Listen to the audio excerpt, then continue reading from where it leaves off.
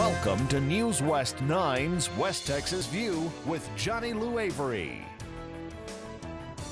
Welcome to the West Texas View. I'm Johnny Lou Avery, and it's such a pleasure to introduce to you Dr. Melinda Morris in our continuing series with the Texas Tech University Health Science Center physicians that are bringing us some very interesting programs about a myriad of events that you need to know for your health and fitness and your wellness. And Dr. Morris is an OBGYN, and she is going to be talking to us about particularly of interest to our women.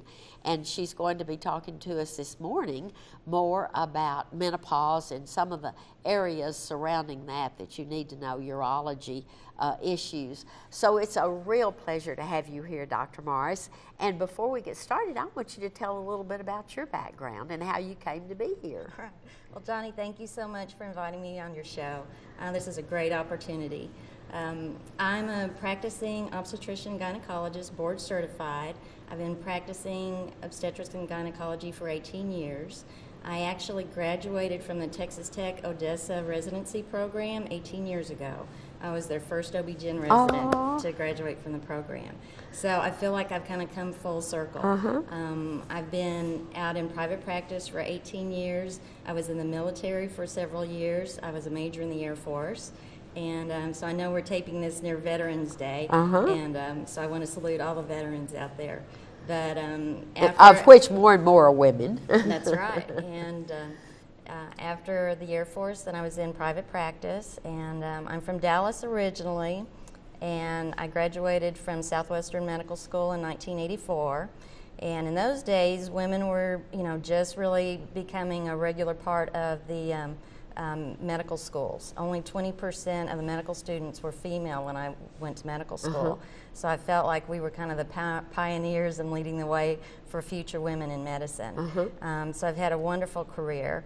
And I actually, about 5 years ago, I closed my own private practice. I thought at that time that maybe I would kind of start retiring and cutting back a little bit.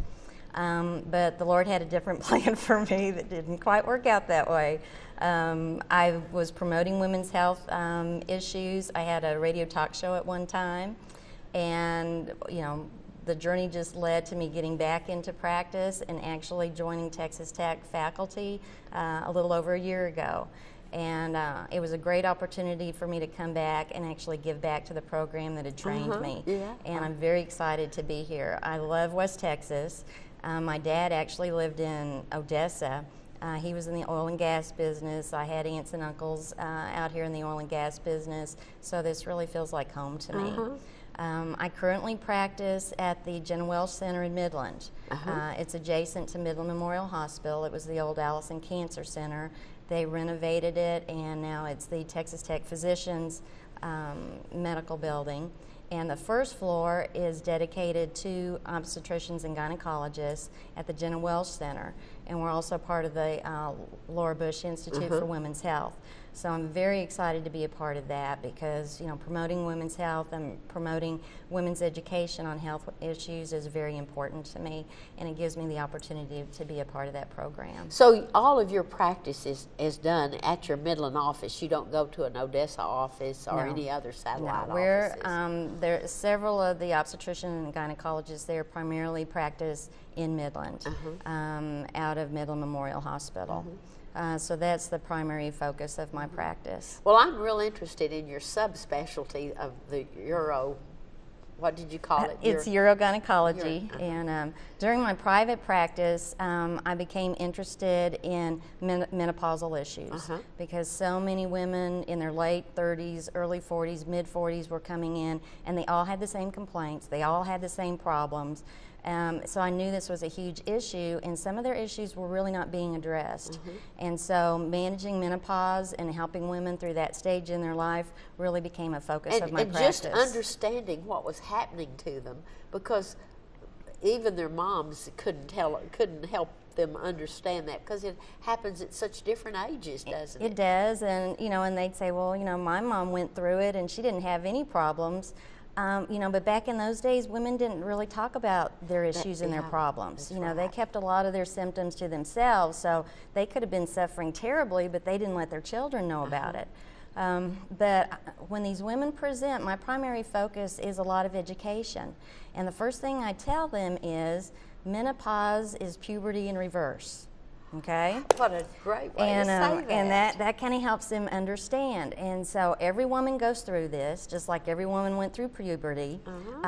It's changes that are occurring, to your body over a period of time, but it's just happening in reverse.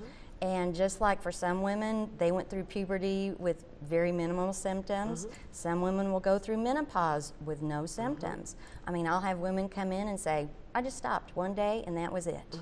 I have other ladies come in and their lives are totally debilitated. It's almost just like they're surrounded with problems. They can hardly, function and get through the day. So there's an extreme on what the symptoms are going to be like.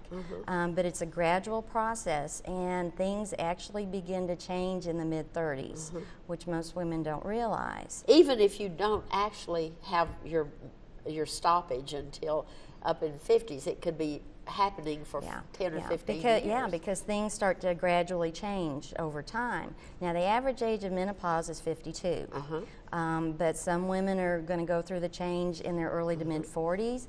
I've seen some ladies that are 56 years old, 58 years old, still having regular cycles and no problems at all. And so there's a wide variation on the symptoms and when things are going to occur. And it doesn't mean you're not healthy if you're stopping early or going late. No, I mean, a lot of it just has to do with your genetics and what you inherited. And we all have our little internal time clocks. And some of our time clocks are just ticking faster than other time clocks. Does that make any difference of how many babies you've had? Or if you've had no babies? No, doesn't have anything to do not with necessarily. Just as some women will start their cycles, at age 10, and other ladies don't start their cycles until they're age 14 or 16. The same thing can happen with the menopausal process.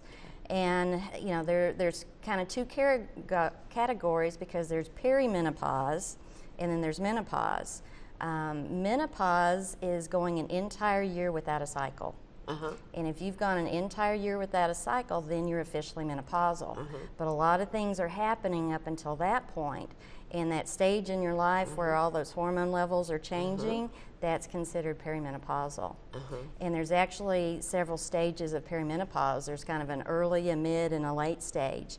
So depending on which stage you're in, that's going to determine the symptoms that you have. And I want us to talk about that chart and the things that you asked them to fill out in just a minute, but we've got to take a break right now. But I want to tell you that you are going to see a website or an email address roll across the screen. And if you've got any specific questions, email us and we'll try to answer your specific questions. Of course, they're very confidentially answered, and also there is a general disclaimer we ought to say, because without seeing a patient, we can't give you specific information, but we can give you some general information. We'll see you after the break. Stay tuned. West Texas View will be right back.